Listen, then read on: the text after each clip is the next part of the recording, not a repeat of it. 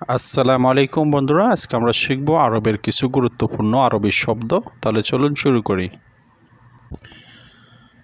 কেমন আছেন আরবি হবে কেবল হাল অথবা কেফ হাল।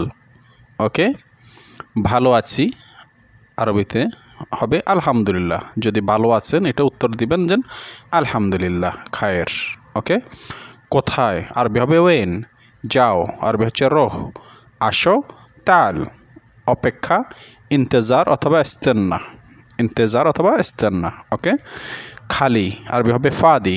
ভর্তি মিলিয়ান, কোনো কিছু ভরা আছে ফুল আছে ওটাকে আরবিতে বলে মিলিয়ান, মিলিয়ান অর্থাৎ ফুল আছে ভর্তি আছে।